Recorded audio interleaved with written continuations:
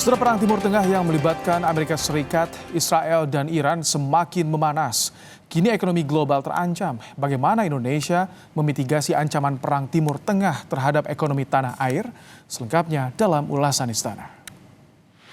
Perang Amerika Serikat, Israel, dan Iran semakin memanas. Buntut dari perang yang tak berkesudahan, ekonomi global semakin terancam. Lantas seperti apa pemerintah Indonesia menyiasatinya? Saya Jonah Hamunangan, inilah ulasan Istana.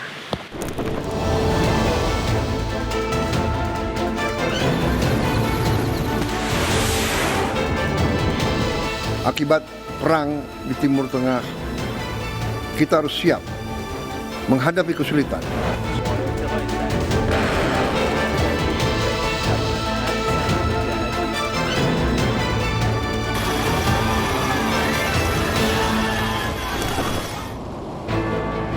Memasuki pekan kedua perang di Timur Tengah tak menunjukkan tanda-tanda segera berakhir. Ketegangan justru semakin memanas. Saling uji kekuatan baik Amerika Serikat bersama Israel dengan Iran tampak di kawasan Teluk. Dampak ekonomi sudah mulai terasa. Presiden Prabowo mengingatkan akibat perang di Timur Tengah seluruh dunia mengalami goncangan. Presiden tegaskan rakyat harus siap menghadapi kesulitan. Akibat perang di Timur Tengah, kita harus siap menghadapi kesulitan. Tapi sekali lagi, kita bersyukur bahwa sebenarnya bangsa Indonesia punya kekuatan. Kita punya kekuatan yang besar. Tapi juga saya harus jujur kepada seluruh rakyat. Dan saya juga akan memberi suatu taklimat kepada seluruh bangsa Indonesia dalam waktu dekat. Imbas perang di Timur Tengah, Iran menutup Selat Hormuz. Jalur vital tersebut mengalirkan sekitar 20% pasokan minyak dunia, sehingga penutupan Selat Hormuz sejak 28 Februari lalu berpotensi memicu lonjakan harga minyak dunia. Namun Menteri SDM Bahlil Lahadalia menjamin pasokan BBM di tanah air tercukupi. Bahlil meminta masyarakat tak perlu panic buying. Kepemilikan kita, minyak kita itu aman. Jadi nggak perlu ada panik, nggak perlu. Supply lancar. Kita itu ambil dari Middle East, itu minyak mentahnya bukan minyak jadi, crude-nya, bahan bakunya. Itu 20-25%. Tapi saya sudah dapat penggantinya. Kami dengan Pertamina sudah men-switch dari Middle East, kita ambil di Amerika, kemudian dari Nigeria, dan dari Brazil. Jadi tidak perlu ada pembaik. Nah, untuk solar itu kita sudah produksi full dalam negeri.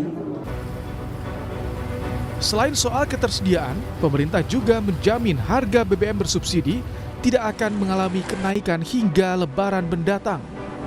Menteri Keuangan Purbaya Yudi Sadewa menjelaskan kondisi harga minyak dunia saat ini masih fluktuasi. Subsidi BBM dari pemerintah jelang Idul Fitri kita masih aman, masih kuat. Ini kan baru berapa hari kan naiknya, baru berapa hari. Kita kan aslinya kan setahun penuh, rata-rata setahun 70 asumsi kita. Ini kan baru berapa hari aja, jadi belum cukup untuk mengubah anggaran kita. Jadi kita masih bisa absorb. Analis Pak minyak itu bisa naik, bisa turun cepat loh. Jadi kita pastikan betul nggak naik, betul nggak turun. Begitu berapa hari berapa minggu naik, ya udah kita bisa antisipasi naik terus. Ini kan nggak naik, tiba-tiba turun lagi. Nanti kalau kita itu atau harga minyak turun, kita rubah lagi, repot kan. Jadi menetapkan respon APBN itu lebih hati-hati dibanding dengan merespon gerakan saham. Kenaikan harga minyak dunia berimplikasi pada penerimaan negara. Namun subsidi energi juga ikut membengkak. Kementerian Keuangan memperkirakan kenaikan harga minyak $1 per barel bisa menambah defisit sekitar 6,8 triliun rupiah. Jika harga minyak rata-rata di kisaran 80 hingga 120 US dollar per barel, di atas asumsi APBN 70 US dollar per barel, maka potensi defisit APBN melebar antara 68 hingga 340 triliun rupiah. Ada risiko melampaui batas 3% terhadap PDB. Ketua DPR RI Puan Maharani mengingatkan agar pemerintah berhati-hati dalam mengeluarkan kebijakan di tengah konflik Timur Tengah. Puan meminta pemerintah menyiapkan langkah mitigasi agar defisit APBN tidak semakin membengkak.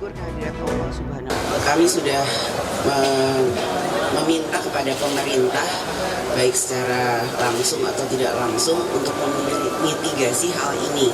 Dan hari ini DPR sudah memulai masuk atau memulai sidang.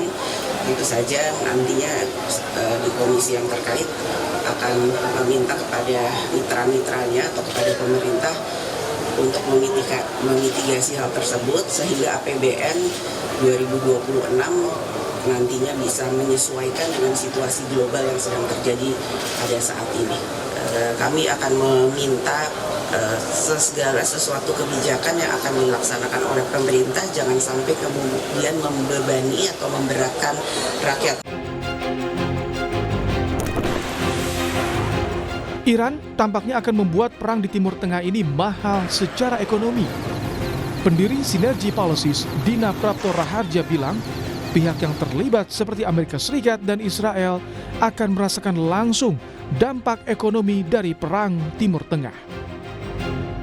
Iran saya rasa mulai berpikir bahwa apa yang dia perjuangkan selama beberapa tahun terakhir sejak tahun 2007, 2006, di mana dia dikunci jalannya berbagai macam rupa, baik secara fisik maupun secara relasi dengan banyak negara, dia kan survive tuh lewat jaringan bawah tanah yang dia bangun sampai ke Lebanon, Yemen, dan lain-lain. Nah kalau melihat agenda Amerika Serikat adalah berusaha untuk membumi hanguskan Iran, saya kira Iran akan berpikir bahwa ini juga saatnya untuk menunjukkan bahwa dia nggak bisa lagi diperlakukan seperti itu. Dan momennya itu tahun ini ada beberapa kejadian kritis di Amerika Serikat, itu kan pemilu ya, bulan November besok. Dan Trump nggak ngitung nih, ternyata kalau konstituennya harga minyaknya juga nggak stabil, itu risikonya juga ke dia kan, popularitas dia akan turun. Kemudian yang kedua, Netanyahu di dalam negerinya itu juga ternyata ada masalah sama budget, sama anggaran. Dan karena Partai Likud memang kuat, tetapi dia tidak punya cukup suara di parlemen. Sehingga dia perlu koalisi. Nah koalisi ini nggak setuju sama budgetnya si Netanyahu. Apalagi kalau dipakai buat perang. Pemerintah Indonesia harus mengambil ancang-ancang kebijakan apa yang akan diambil dalam memitigasi dampak perang di Timur Tengah. Perlu menakar kembali program apa yang menjadi prioritas dan tidak boleh ditunda, agar defisit tidak semakin melebar dan rakyat tidak terbeban. Saya Cunah Monangan, Kompas TV, Jakarta.